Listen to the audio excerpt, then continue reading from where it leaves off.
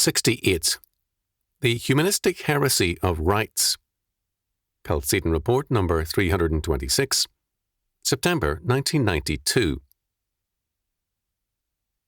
It is difficult to write about the humanistic doctrine of rights because critics at once assume that one is against freedom, whereas totalitarian suppressions of freedom have commonly accompanied the exaltation of rights.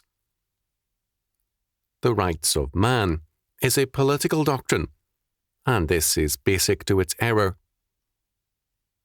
The assumption is that man's freedom depends on and must come from the state. Now, certainly, the state can be a major enemy to man's freedom, but it cannot be seen as the source of liberty. In the United States, although the Declaration of Independence spoke of the, quote, right, end quote, to life, liberty, and the pursuit of happiness, it did say that men had these things as an endowment from their Creator. The song America, 1832, in its fourth and last stanzas, speaks of the great God our King as the author of liberty. This was biblical language. The Enlightenment, however, saw reason and the state as the authors of liberty. With Rousseau, nature became the source, and the general will became the expression of that freedom in the state. Thomas Paine's Rights of Man became a classic expression of this humanistic doctrine. Rights were detached from their Christian context and made a product of nature, or of reason, and in either case, the immediate or essential origin of rights was the state. Thus, quote, humanistic rights, end quote, became a political doctrine, and, quote, rights, end quotes, and freedom became whatever the state chose to make them. The definer of life was no longer God, but man through the state. Now, a political doctrine depends on the will of the state. Unlike God, who says, I am the Lord, I change not, Malachi chapter 3 verse 6, the state changes its direction with or without elections, and anything that depends for its security on the will of the state is very unstable as a result.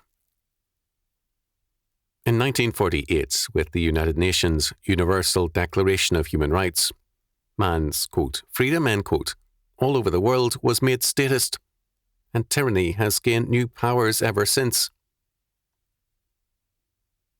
Who defines the quote-unquote rights now?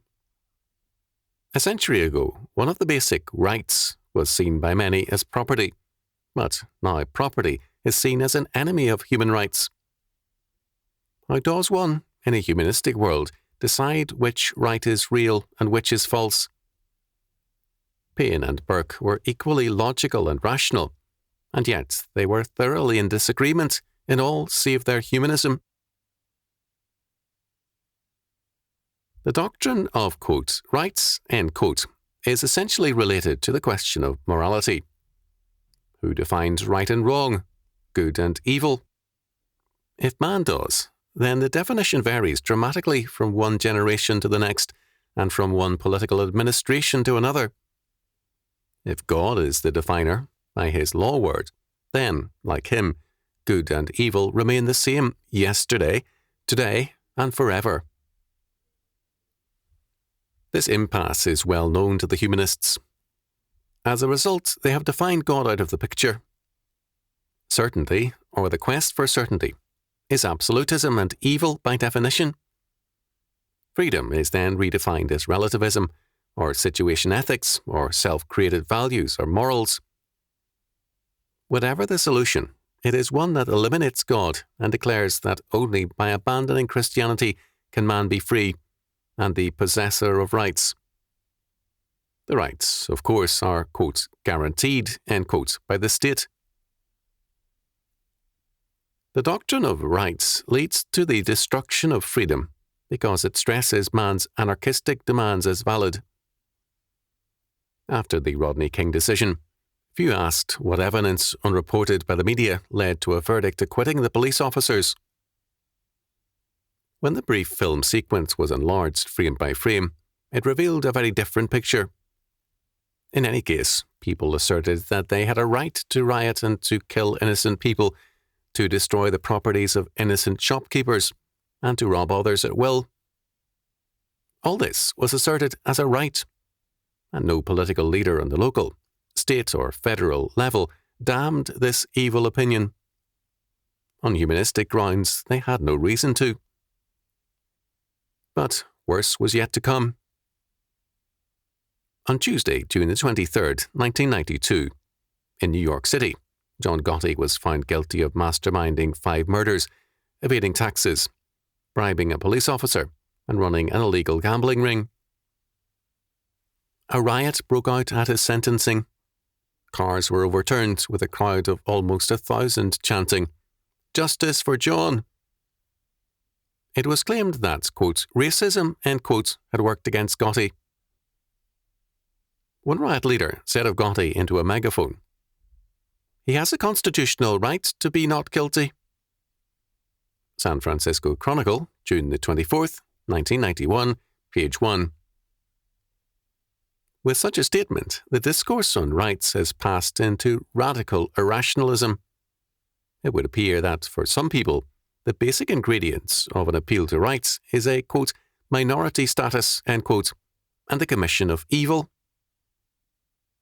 Rights and morality, having been detached from the great God, our King, are now attached to criminality and evil.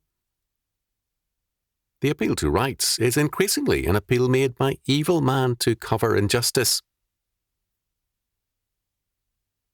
In all this free and promiscuous talk about novel doctrines of rights, the forgotten issue is the one of duties. Duties were for centuries basic to the life of Christendom. In my own lifetime, books on morals were still published for boys, and the theme of many of these books was the obligation of duty. To be a Christian and to be a man meant having a sense of duty. This did not mean that a belief in duty as an obligation governed everyone, but it did mean that society as a whole recognized the essential character of and the necessity for a sense of duty. Proverbs abounded, stressing this fact. "He's seen his duty and he done it," comes from the American frontier. Duty before pleasure was a familiar proverb. Do your duty and leave the rest to heaven. Pierre Conkey, 1640, and so on. A, quote, duty, end quote, is an obligation we owe to God or man, or to both.